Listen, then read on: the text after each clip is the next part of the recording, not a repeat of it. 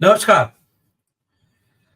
तो आने वाले एक दो दिनों के बाद दिल्ली में नए चुने हुए सांसदों का शपथ ग्रहण शुरू होने वाला है। दिल्ली के संसद भवन में नए चुने हुए सांसद शपथ लेंगे और उसके साथ ही इस बात की कवायद शुरू हो जाएगी कि लोकसभा का अंतरिम अध्यक्ष कौन होगा और उसके बाद लोकसभा के अध्यक्ष चुने जाने की प्रक्रिया शुरू हो जाएगी। और इस पूरी प्रक्रिया के बीच में अब नई कवायद इस देश में नई सरकार को चलाने की, नए मंत्रिमंडल के गठन के साथ नई प्रक्रिया हर तरह से शुरू करने की होगी। लेकिन उसके बीच में एक खेल, एक पेच, एक समीकरण, एक परिस्थिति ऐसी बन रही है जो इस सरकार के लिए मुश्किलें पैदा करती दिख रही होगी। और उन मुश्किलों में एक नहीं कई मुश्किलें हैं। एक तरफ पेपर लीक हो रहा है। इस देश का कोई भी सामान्य नागरिक जो शिक्षा की अहमियत समझता है, जो ये समझता है कि उसके बेटे या बेटी को कोई अच्छी नौकरी मिले, तो वो उसे सब कुछ अपना कुर्बान करके पढ़ाएगा। और परीक्षा के लिए जब वो तैयार हो और पेपर लीक हो जाए तो ये कोई सामान्य बात नहीं है। सरकार की साख मिट्टी में मिलती है, और वो भी तब जब नई नए मंत्री बने व्यक्ति एक दिन कहें कि कोई पेपर लीक नहीं हुआ है, इसका सबूत नहीं है, और चंद घंटों बाद माफी मांगे कि हाँ, हमसे थोड़ी चूक हो गई है, परीक्षा रद्द की जा रही है, पेपर लीक हो रहा है। ऐसे वक्त में सरकार चलाना आसान नहीं है। परिस्थितियां तो अपनी बनेंगी, लेकिन उसमें चंद्रबाबू नायडू भी हैं जो एक तरफ से सहारा देकर के कुर्सी का एक पाया बने हुए हैं।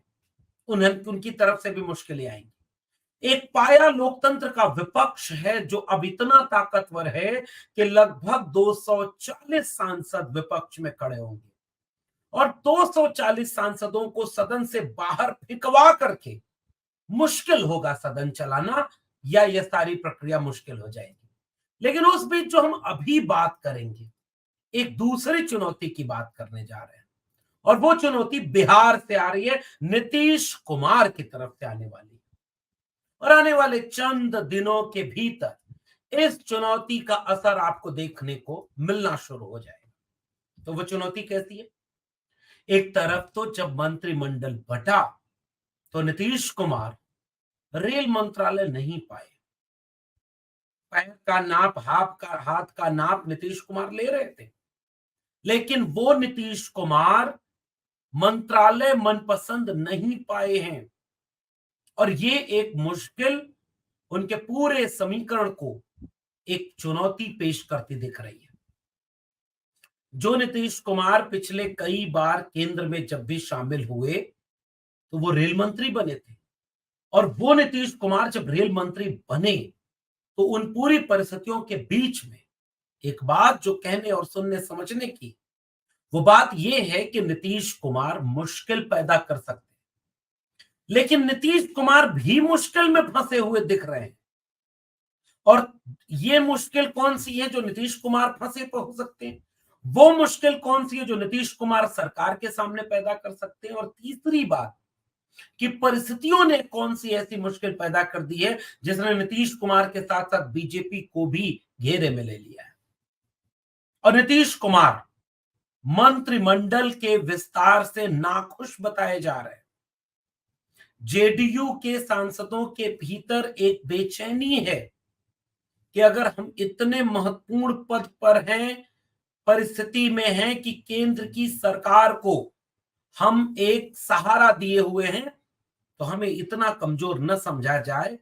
इसीलिए नालंदा विश्वविद्यालय की जो इमारत बनी, उसमें नीतीश कुमार ने यूं ही नहीं यूपीए की चीजों को याद किया कि ये पिछले करीब एक डेढ़ दशक पुराना प्रयासों का एक प्रतिफल है जो नालंदा विश्वविद्यालय के कैंपस का उद्घाटन नरेंद्र मोदी जी करने आए। और उसमें उन्होंने यूपीए के मनमोहन सिंह सरकार को याद किया, बिहार की पुरानी सरकारों को याद किया। तो वो संकेत बहुत है। वो संकेत अब आगे बढ़ेंगे और ये कहेंगे कि आपने कौन सा मंत्री पद दिया, और जैसे जैसे ये प्रक्रिया आगे बढ़ेगी मुश्किल पैदा होती जाएगी। अब वो मुश्किल कौन सी है जो नीतीश कुमार के ऊपर पड़ रही है? बिहार के गलियारों में एक चर्चा है कि कुछ सृजन ऐसा हुआ है जिसमें कोई कमजोर नस बन गई थी, और उस सृजन की कमजोर नस दिल्ली में बैठे बीजेपी के सबसे बड़े नेताओं के हाथ लग गई है, जिसको बीच बीच में वो हल्का सा दबा के टेस्ट करते रहते हैं। दूसरी सुगबुगाहट बिहार से लेकर के दिल्ली के बीच ये सुनाई दे रही है कि कुछ लड़कियों के सुधार गृह के नाम पर बिहार में पिछले दिनों एक बड़ा विभत्स, बड़ा दिक्कत तलब, बड़ा मुश्किल वाला, बड़ा अमानवीय कुछ तो हुआ था, और उसके कुछ सूत्र, उसकी आंच, उसकी तपिश नीतीश जी तक पहुंचती दिख रही है। सुगबुगाहट सुनाई देती है कि वह तपिश, वह आंच नीतीश जी तक महसूस होती है, इसलिए वो अब कुछ नहीं करने वाले। 5 साल चुपचाप जो मिल जाए वही खा लो, जहां मिल जाए वहीं रह लो, जैसे मिल जाए वैसे रह लो। इस परिस्थिति में जाकर सरकार को समर्थन देते रहेंगे, और ऐसे में नीतीश कुमार मुश्किल में फंसते दिख रहे हैं। तो नीतीश कुमार भी मुश्किल में है, केंद्र की सरकार भी मुश्किल में है, लेकिन उसी बीच एक तीसरी परिस्थिति हाई कोर्ट पटना ने पैदा कर दी है। और वो परिस्थिति क्या है? जो नीतीश कुमार अपने समाजवादी विरासत का सबसे बड़ा मूल्य, सबसे बड़ी बात, सबसे बड़ा कदम उठाए थे बिहार में जातिवार जनगणना करा करके, उनके बयानों को याद करिए, उनके बयानों को खोजिए, जो लगातार कहते थे कि जातिवार जनगणना इस देश की जरूरत है, जातिवार जनगणना से सबको सबके हिस्से का हक मिलेगा, और लगभग 500 करोड़ रुपए से ज्यादा खर्च करके उन्होंने जातिवार जनगणना कराई, और न केवल कराई बल्कि उसके आंकड़े भी सार्वजनिक कर दिए। और जब उन्होंने उसके आंकड़े सार्वजनिक करके चुनाव के ठीक पहले नरेंद्र मोदी सरकार को बुरी तरह से घेरने का काम किया, आरक्षण की सीमा को इंक्लूडिंग ईडब्ल्यूएस 75% बढ़ा दिया, और एक मांग कर दी कि इस आरक्षण की प्रक्रिया को नवी अनुसूची में डाला जाए। नवी अनुसूची में डाले जाने का अर्थ समझते हैं आप? संविधान की नवी अनुसूची वह होती है जिसमें कोई बदलाव नहीं लाया जा सकता, जिसे रोका नहीं जा सकता, जिसे कमजोर नहीं किया जा सकता, जिसके साथ छेड़खानी नहीं हो सकती, संरक्षित हो जाएगी वो।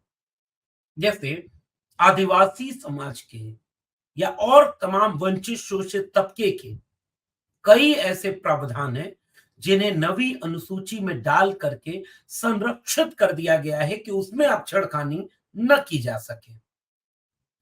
कहां गए वो नीतीश कुमार जो ये मांग मीडिया के सामने करते रहे हैं कि जाति जनगणना के बाद आरक्षण की सीमा को बढ़ाकर इस देश के दलितों, पिछड़ों, आदिवासियों को जो उनके हिस्से का हक है वो देने का जो प्रावधान हमने किया है उसे नवी अनुसूची में डाला जाए।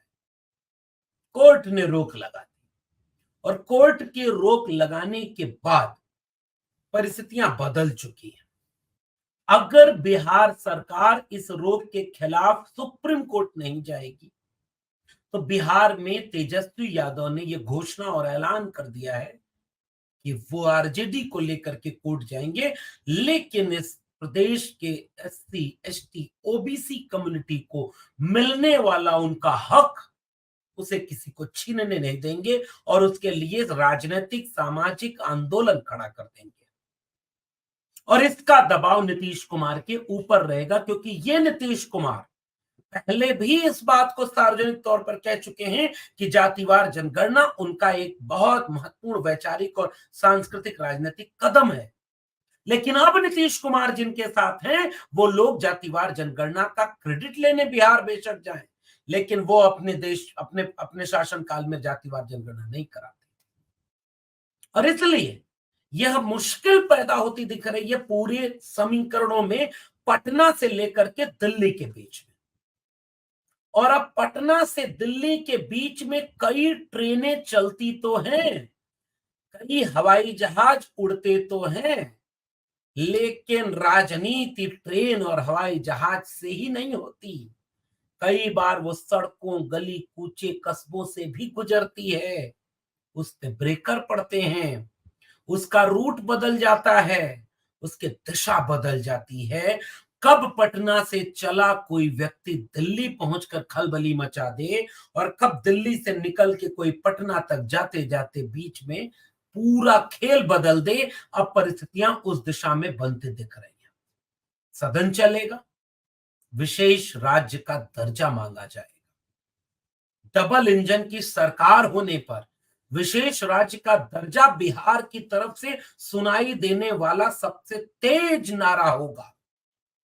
बिहार की तरफ से जातिवार जनगणना को नवी अनुसूची में डालने, सुप्रीम कोर्ट तक जाने और पूरी ईमानदारी से आरक्षण की लड़ाई को लड़ने और वापस बिहार के लोगों को आरक्षण का हक दिलाने का दूसरा सबसे बुलंद नारा पटना और बिहार के तरफ से सुनाई देगा, जो दिल्ली के कान पर बार बार अटैक करेगा। और दिल्ली अपने मिजाज, अपने आरएसएस के विचार और अपनी पूरी मानसिकता के मुताबिक न तो विशेष राज्य का दर्जा देने की दिशा में आगे बढ़ेगी, क्योंकि उसने 1.25 लाख करोड़ रुपए का पैकेज बिहार को कहां दिया। लेकिन पहले तो नीतीश कुमार इसका हिसाब मांग लेते थे। वही नीतीश कुमार एक बार डीएनए भेजते हैं बिहार के वासियों के डीएनए पर। जब प्रधानमंत्री नरेंद्र मोदी जी ने कोई टिप्पणी की थी, तो बिहार वासियों का डीएनए भेजा था खून के सैंपल के साथ। नीतीश कुमार ने पटना से दिल्ली राजनीति को बदल कर रख दिया। वह नीतीश कुमार इस बात का क्या जवाब देंगे कि दिल्ली वाले लोग नवी अनुसूची में आरक्षण को डाल रहे हैं कि नहीं। फिर नीतीश कुमार के सामने फिर आरजेडी, जेडीयू, बिहार की राजनीति में सवाल होगा कि आप किस मामले में इतने कमजोर पड़ गए कि मन मुताबिक मंत्रालय न मिलने के बाद, बिहार को विशेष राज्य का दर्जा न मिलने के बाद, आरक्षण को नवी अनुसूची में डालने का वायदा न मिलने के बाद, बिहार को किसी भी तरह से बहुत ही विशेष सम्मान न मिलने के बाद, सामाजिक न्याय और समाजवाद की राजनीति की गुंजाइश न मिलने के बाद, वो कौन सा सृजन का बीज है जो नीतीश कुमार चुपचाप उसके अंकुरित होने का फल देकर गुलाम बन गए। क्योंकि अपने मिजाज में नीतीश कुमार वैसे नहीं है। नीतीश कुमार वैसे मुख्यमंत्री नहीं है जैसा बीजेपी के राज में कोई असम और कोई यूपी वाला बन जाया करता है। नीतीश कुमार सांप्रदायिक व्यक्ति नहीं है। बेशक नीतीश कुमार से इस बात की शिकायत इस देश के लोग करते हैं कि वो सांप्रदायिक राजनीति करने वालों का साथ क्यों देते हैं, मगर नीतीश कुमार देश की समाजवादी राजनीतिक विरासत के निकले हुए व्यक्ति हैं। वो समाजवाद का मतलब समझते हैं। वो समाजवाद का मतलब समझते हैं कि समाजवाद में सांप्रदायिक हिंदू मुस्लिम की राजनीति की कोई जगह नहीं है। वे समाजवाद का मतलब समझते हैं कि समाजवाद सामाजिक न्याय की विचारधारा पर चलता है। वे समाजवाद का मतलब समझते हैं कि आरक्षण को छेड़खानी करके कई सामाजिक न्याय का और समाजवाद का देश नहीं बनाया जा सकता। तो बीच बीच में कितना भी पता होगा बिहार के लोगों को और पूछा जाएगा कि किसी सृजन या किसी बालिका सुधार गृह की कोई नस है या समाजवाद की नस है जो बगावती तेवर के लिए जानी जाती है। इन दोनों के बीच नीतीश कुमार खड़े होंगे। इन दोनों के बीच पटना खड़ा होगा और वह पटना दिल्ली को उचित मौके पर अपनी अनुगूंज सुनाई जरूर देगा। और इस पूरे आंदोलन को तेजस्वी यादव जैसा एक नया उभरता हुआ नेतृत्व है, भाकपा माले जैसा एक सांगठनिक नेतृत्व है, कांग्रेस और सपा, कांग्रेस आरजेडी लेफ्ट पार्टियों का एक ऐसा अलायंस है जो जनता के मुद्दे पर पढ़ाई, कमाई, दवाई, सिंचाई, महंगाई, सुनवाई, कार्रवाई, इसके मुद्दे पर जनता के बीच होगा। और बताया आपको 2025 में ही बिहार में चुनाव होने वाला है। बिहार में चुनाव के बीच बिहार का चुनाव सामान्य तो होता नहीं, और जब सामान्य होता नहीं तो पटना का असर दिल्ली के ऊपर तो देखने को जरूर मिलेगा। तमाम पत्रकार खेमे के बीच से कुछ आवाजें आकाशवाणी की तरह घूम रही हैं कि नीतीश कुमार अब पलटे कि तब पलटे। इसकी पृष्ठभूमि तो तैयार हो चुकी है, और इस पृष्ठभूमि पर केवल इंतजार इस बात का होगा कि पलटने के बीच में कोई सृजन कितना दूर तक पलटन को रोक पाएगा, या बिहार की राजनीति अब पूरे देश की राजनीति को पलट देने जा रही है।